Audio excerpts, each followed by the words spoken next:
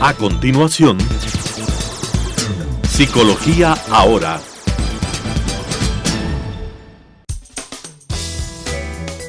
Clasificación A. Apto para todo público.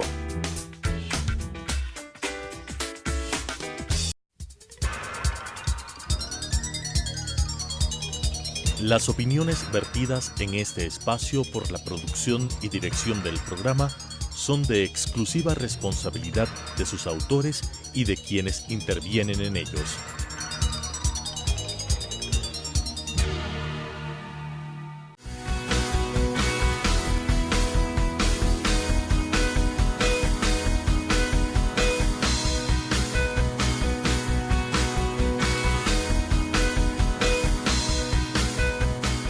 Buenos días, queridos amigos televidentes, qué gusto tenerles aquí otra vez en su programa Psicología Ahora, el consultorio desde Telesucesos hasta tu hogar. Les recuerdo que el programa pasa los días martes a las 10:30 de la mañana y el reprise a las 12:30 para que nos vean con sus familiares y amigos. También invitarles a que nos vean en YouTube poniendo Telesucesos Psicología Ahora y van a encontrar muchos de los programas que hemos tenido en los últimos 3 años, aunque el programa ya lleva 8.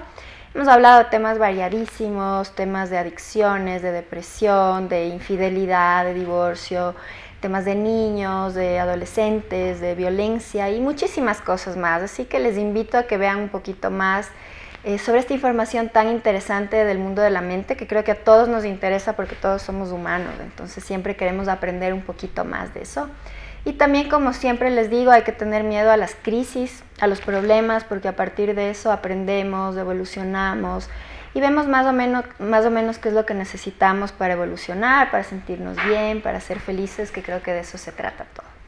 Y como siempre les digo, también no pensar que vamos al psicólogo solamente cuando tenemos problemas gravísimos o patologías, sino que todos deberíamos ir al psicólogo porque es una herramienta de autoconocimiento, para sanar temas del pasado, para ver qué es lo que necesitamos a futuro, muchísimas cosas que siempre necesitamos trabajar los seres humanos, así que siempre les recomiendo que vayan a terapia.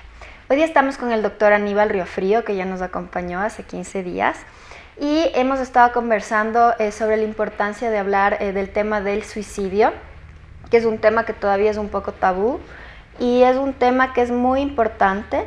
Vamos a hablar de cuáles son los signos que podemos encontrar en una persona para ver si puede estar en peligro de suicidarse, tabús en relación a esto y qué podemos hacer frente a eso. Doctor, qué gusto tenerte aquí. Buenos días. Un gusto, Adela. Empecemos explicando esto, ¿no? ¿Cómo saber que una persona puede estar en peligro de suicidio? ¿Cuándo es manipulación? ¿Cuándo hay que tomarla en serio? ¿Cuándo hay que digamos, mover las campanitas de alerta? Claro. Bueno, suicidio, un tema extremadamente sensible. Si vemos desde el punto de la religión, creo que todas las religiones lo ponen como negativo, como pecado al suicidio. Eso significa que primero luchar en contra de una base espiritual tan profunda que pueden tener las personas en relación a este tema del suicidio. Un tema sensible para las leyes de un país. ¿En qué momento un país tiene que exigir y poder forzar a un paciente que quiere quitarse la vida para recibir un tratamiento? Y un tema sensible también para la familia, lo que significa en que una persona se suicide dentro de una familia. Es muy fácil decir, mi padre falleció hace una semana con un cáncer tremendo, pero creo que no voy a decir a otras personas, mi padre se acaba de colgar hace una semana. Así. Es decir, son temas bastante sensibles en este sentido. La forma como diferenciar un riesgo real a un riesgo simple no es simple. Ni siquiera cuando es valorado por un especialista uno puede determinar con completa seguridad el nivel de riesgo completo que pueda o no tener un paciente. Esto quiere decir que tenemos, por ejemplo, casos. Recuerdo un paciente que ingresó a urgencias, y una persona indígena que se tomó 8 tabletas de un medicamento natural. ¿Sí? Intentando suicidarse. Sí, el objetivo era ese, tomarse 8 tabletas. Recuerdo que le vieron en urgencias y fue como una risa, fue como una situación de, pero te tomaste 8 tabletas de complejo B o de un medicamento natural, esto no te va a hacer nada, tranquilo, ándate a la casa, estás bien. Sí, un tremendo error. Esa persona no sabía si le hacía bien o iba a ser un intento consumado o no, o si era algo intenso o no. Si hubiese sido no 8 tabletas de medicamentos naturales, sino hubiese sido 8 diablillos o 8 cápsulas de digitálicos o de otros fármacos fuertes, ese paciente estaba muerto ese momento.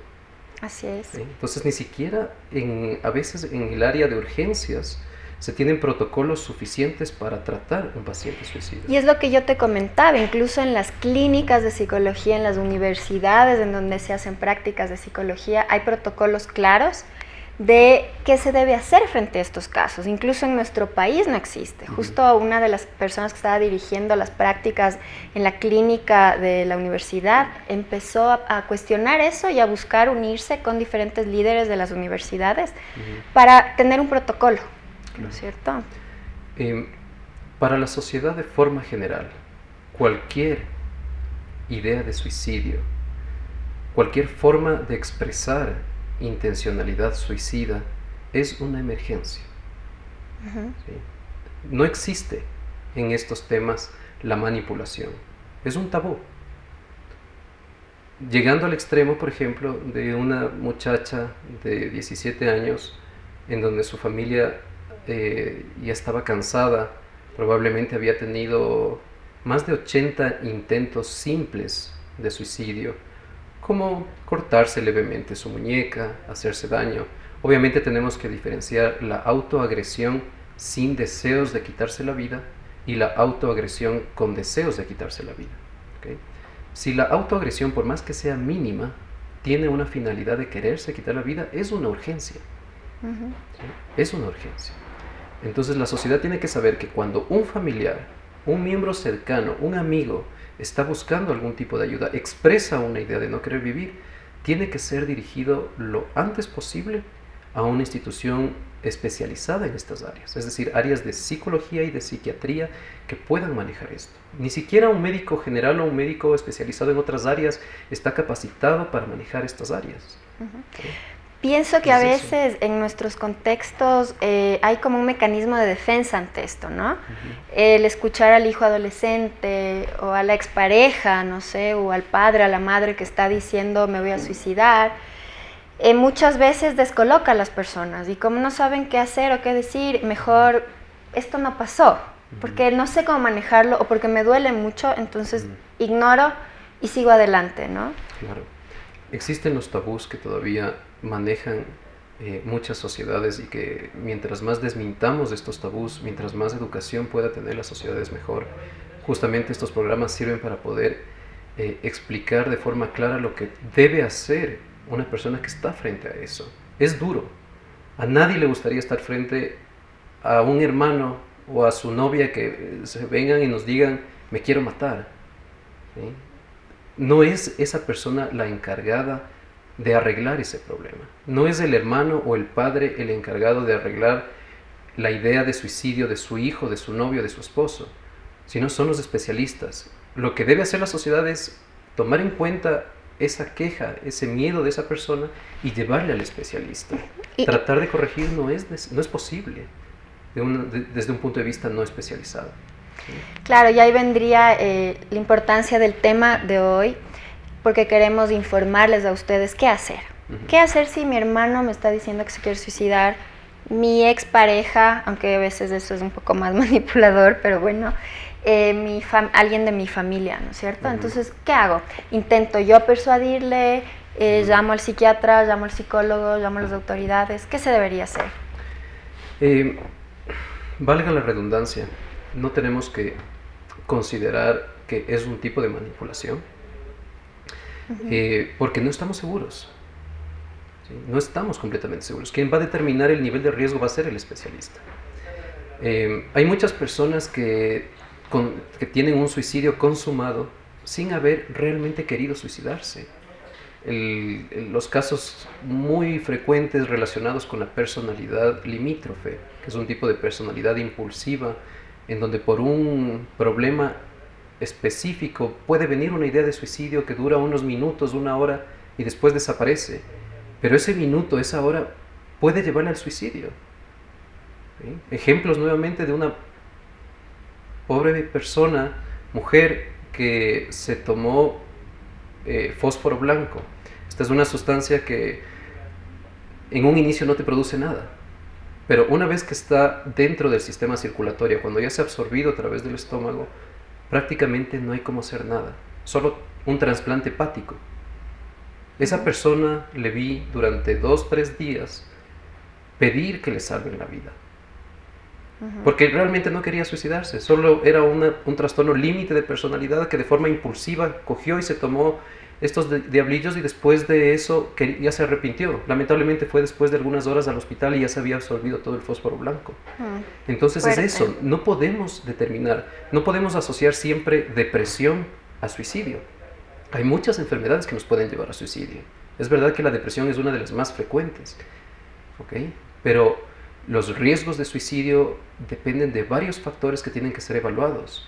El nivel de educación, por ejemplo, es mucho más frecuente que una persona con un nivel de educación elevado llegue a un suicidio consumado. Es decir, es más frecuente que vengan intentos de suicidio simples, tal vez de una persona que no ha cumplido, no ha terminado el colegio, pero muy raro vas a ver intentos de suicidio simples en abogados, en médicos, en especial en el área de anestesiología o en otras áreas de nivel académico alto. Ellos llegan al suicidio directamente. Así que si tenemos una queja de una persona que está con estudios de nivel 3 o nivel 4, obviamente es riesgoso. Saber, por ejemplo, que intentos de suicidio más se ven en mujeres que en hombres.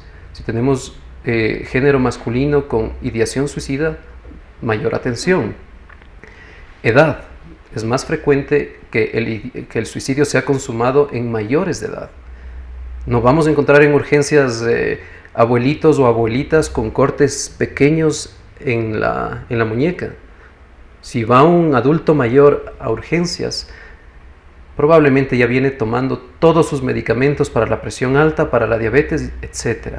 Así lo vamos a encontrar al paciente. Así que si tenemos un abuelito, un adulto mayor con ideas de suicidio, nuevamente, más atención.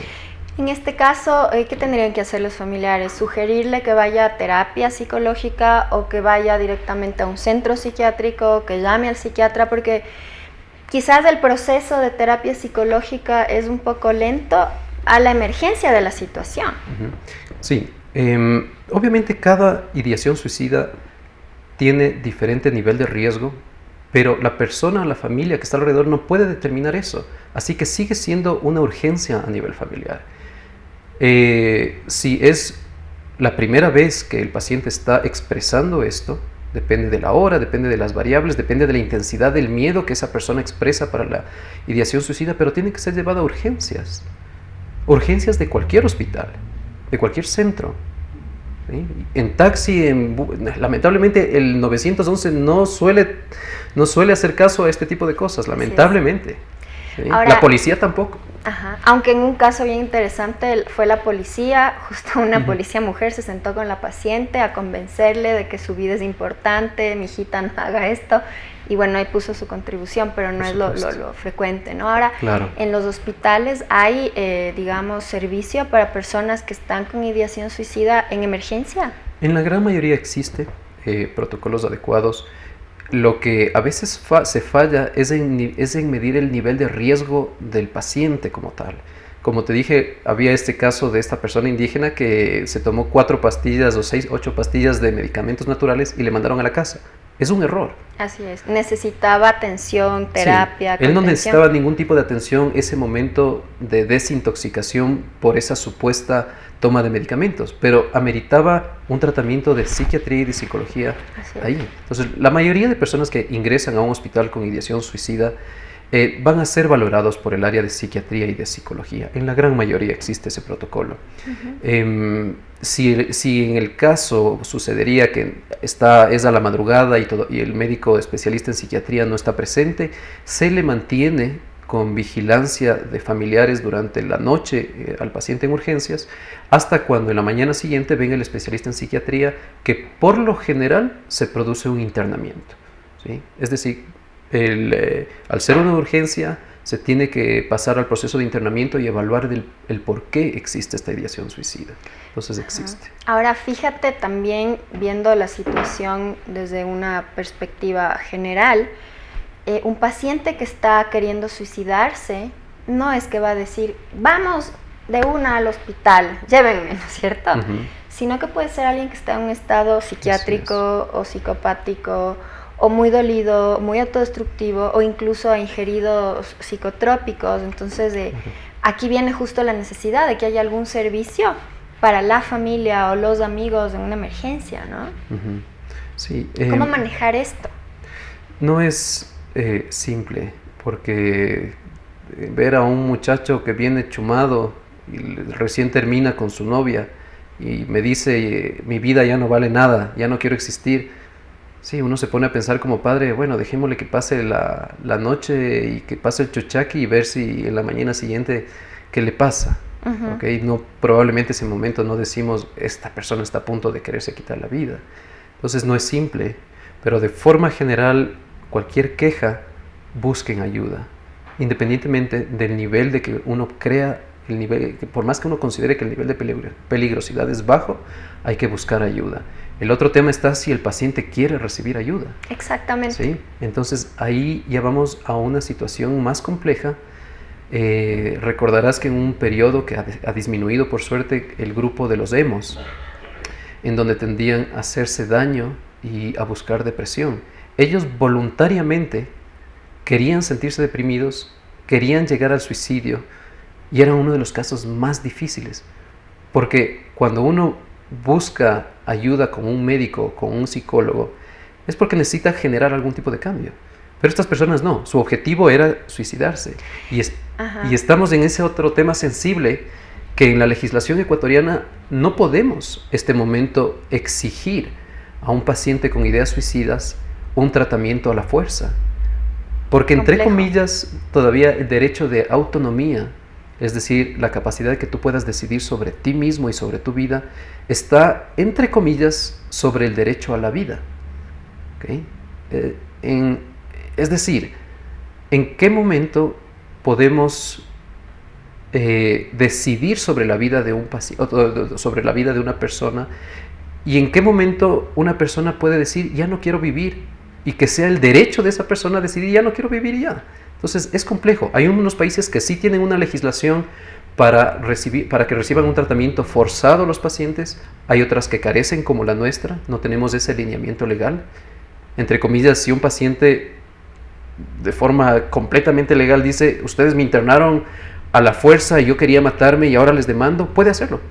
Así de simple. Entonces tampoco es tan simple para los especialistas poder tomar decisiones sobre esos temas.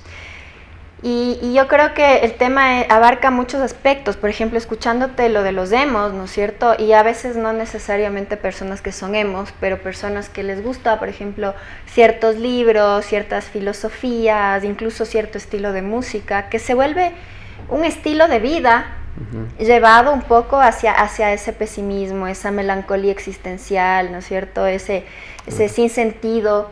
Entonces se vuelve hasta un estilo de vida artístico. Entonces llega un paciente y te dice, a mí me gusta Tolstoy, me gusta Dostoyevsky, me gusta leer Nietzsche, escucho esta música depresiva, es lo mío, y empieza a haber una especie de enamoramiento hacia esta idea del suicidio o la muerte como algo bello, ¿no? Entonces, claro, ahí los especialistas tenemos que trabajar con todo el entorno, la manera de ver la realidad, las creencias nucleares de las personas, ¿no? Por eso es que yo pienso que hay que ver qué es lo que le pasa a cada paciente, porque cada caso es distinto, ¿no?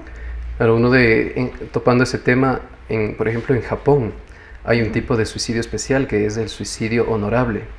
Y es algo histórico en Japón, ¿no? Comenzó desde los que el suicidio como tal, por respeto a la cultura. El harakiri.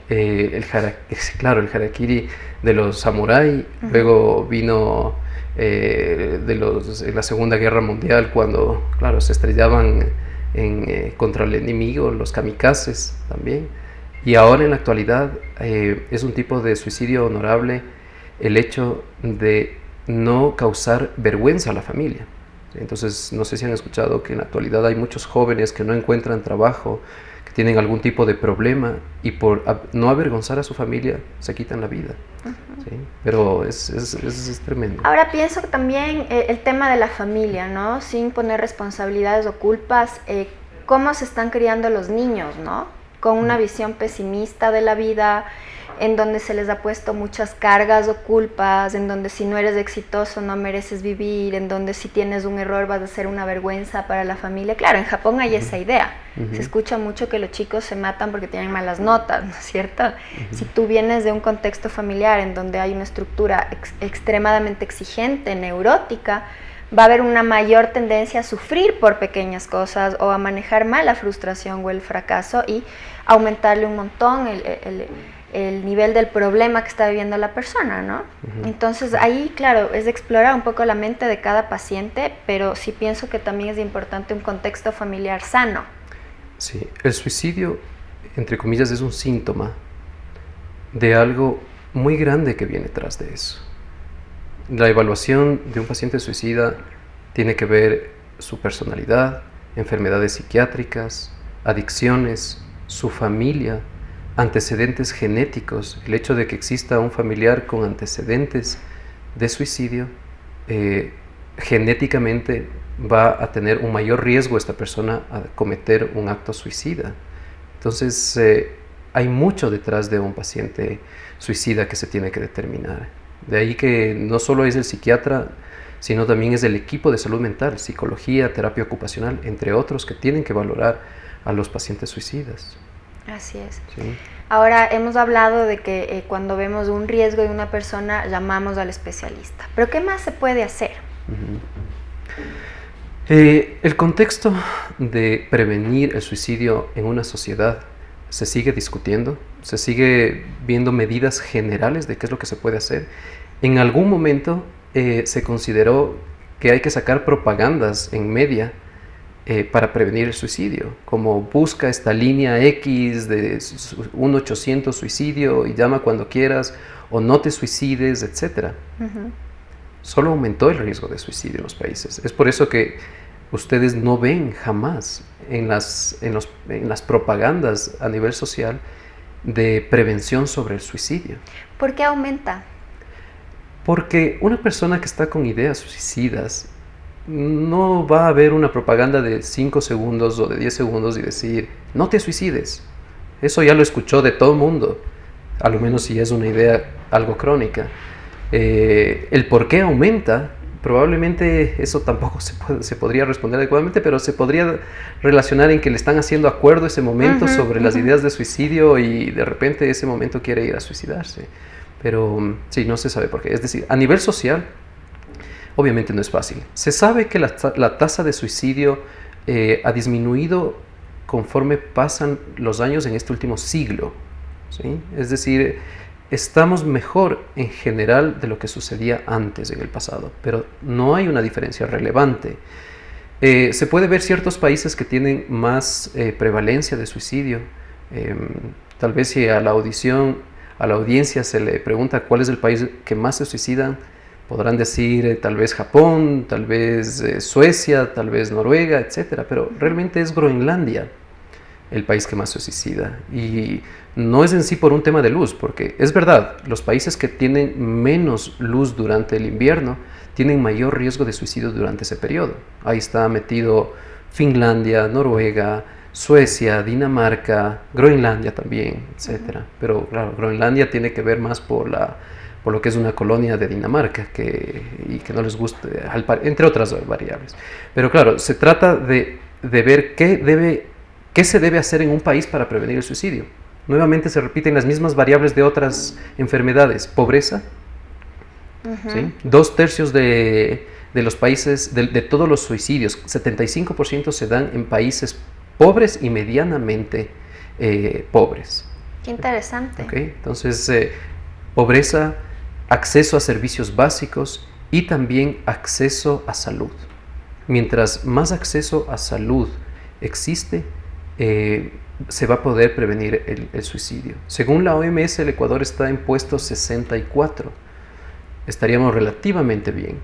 El problema es que la estadística en los países en vías de desarrollo es confusa, ¿sí? Aquí muchas personas que cometen un suicidio no se da el parte como tal como suicidio. Simplemente la familia por este miedo a lo que cree la sociedad o lo que creen otros familiares le ponen, no sé, él ya tenía una enfermedad previa, se murió por otra causa. Ahora, es curioso este tabú en relación al suicidio, ¿no? ¿Por qué crees que es tan fuerte? Porque personas prefieren decir, bueno, tener una enfermedad, lo que sea, a hablar de que un familiar o un amigo se pudo haber suicidado. Se relaciona más por la parte de lo que habíamos hablado sobre la religión y lo que significa el pecado en relación a quitarse la vida. ¿Okay? Si hablamos, el porcentaje de religiosidad en el Ecuador está superado sobre el 80-90%. Significa que prácticamente todos tienen una religión. Y en realidad la religión es un factor protector para el suicidio. Justamente por este miedo a que si tú te quitas la vida, no te vas a ir al cielo, sino te vas a ir al infierno. ¿Okay? Entonces es un factor protector. Pero al mismo tiempo se crea este tabú y este miedo a expresar de forma clara al médico, a su familia, tengo ideas de suicidio, entonces uno se trata de callar. Entonces, tiene que ver mucho con la parte de la religión. Igualmente todos los problemas relacionados, por ejemplo, con la sexualidad, que son difíciles de expresar, mucho choque en la parte de la religión. Los temas de adicciones, no es fácil decir, a los amigos, a la familia, tengo mi hermano que está, no sé, con un cáncer de lo que sea, pero no se dice, tengo una adicción, un hermano o un primo con adicción a esto. Ahora hablando de adicciones también, ¿cómo aumenta el riesgo justamente la ingesta de algún medicamento psicotrópico, droga, alcohol, a justo el tema de suicidio, ¿no? Claro, mucho más. Si una persona está con algo de ideas de suicidio, viene el consumo clásico de alcohol, los niveles los límites comienzan a bajar, la autoprotección que uno tiene a nivel cerebral sobre sí mismo, el alcohol hace que baje y salen instintos mucho más fuertes con el alcohol y de ahí que se produce los intentos de suicidio. ¿Sí? Entonces no es raro en la rural, más en el área rural, en donde estuvieron consumiendo alcohol un grupo de muchachos o personas, etcétera, y vienen tomados algo del paraquat o de cualquier insecticida utilizado en el campo. Es muy frecuente en el área indígena este tipo de problemas, que en general hay que diferenciar si se trata ahí de un intento de suicidio o simplemente de un juego que se hace entre personas. Entonces claro, es eso. Porque también en esos momentos puede haber una distorsión de la realidad. Igual cuando hay problemas de la personalidad, como tú decías, un trastorno de personalidad borderline, o una persona que es bipolar, o una persona psicótica, o una persona tal vez antisocial, no sé, quizás tienen más riesgo ya por sus propias características, ¿no? Así es.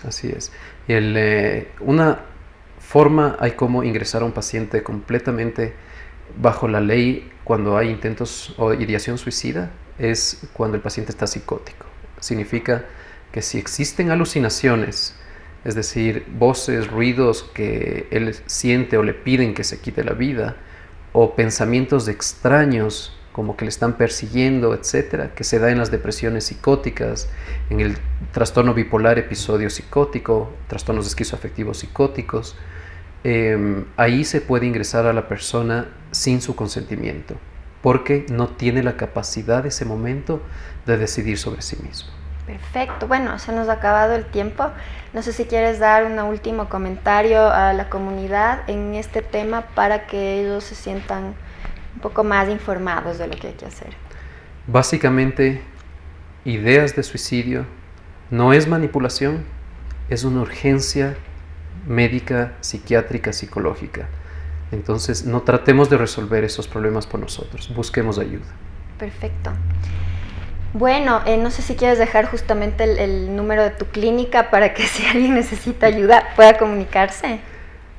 Bueno, claro, pueden comunicarse al 244-6620. Ahí pueden sacar una cita si en algún momento lo necesitan. O pueden buscar en redes sociales como Terra Alegre, una sola palabra, que es en los centros en donde yo trabajo. Excelente. Bueno, queridos televidentes, espero que les haya servido este programa, que aporte a sus vidas. Nos vemos la próxima semana con más de Psicología Ahora. Que tengan un lindo día.